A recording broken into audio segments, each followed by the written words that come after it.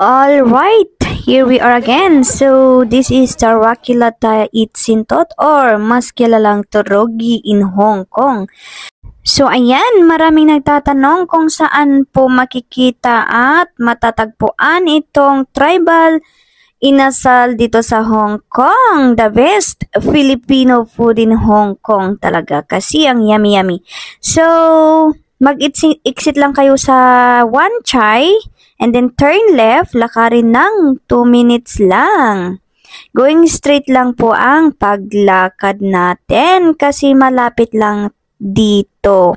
Then, if you see that number 163, you are near from the building. So, ayan po ang sign. Kung nakita mo ang number 163 na yan, malapit ka po at malapit ka na talaga. So, going straight lang, lagpasan po yan. Going straight po tayo at kung may makikita kang karatula din na ED Thai Massage, dyan po. Ayan po ang karatula. Ayan po sa taas. Tignan nyo lang po sa taas at dyan mismo kayo papasok. Okay, as you can see the tribal, papasok kayo dito. Pasok lang, lakarin mo lang dito sa banda. Kasi first floor lang po. So marami po dyan ang mapuntahan. Pero dyan lang sa first floor tayo. Sa dyan tayo papasok. Papasok tayo dito sa pangalawang pintuan po na may tatak na tribal. Katokin nyo lang po and then they will open directly. So, ayan po, nakapasok na kami at dito na po ang menu list nila. Ang restaurant pala na ito ay Mary's Inasal Homemade Barbecue. Sila po ang gumagawa niyan. O ayan, as you can see, yan po ang order namin. Isang package po yan. Mang Inasal po with halo-halo worth 99 each KD. So, ang sarap, matamis at masarap. Manana mo talaga ay Imas na. So, ayan po ang aking mga kasama mga taga Kalinga. Yan si Kim, ang dati kong YouTuber noon. Pero ngayon hindi na po daw kasi nakalimutan niya ang password niya. So, ayan, ini-enjoy nila. O, diba? Mekos-mekos na natin to insan. Alright? And then, pwede palang dito. Pwede kayong magyaya ng mga kaibigan nyo.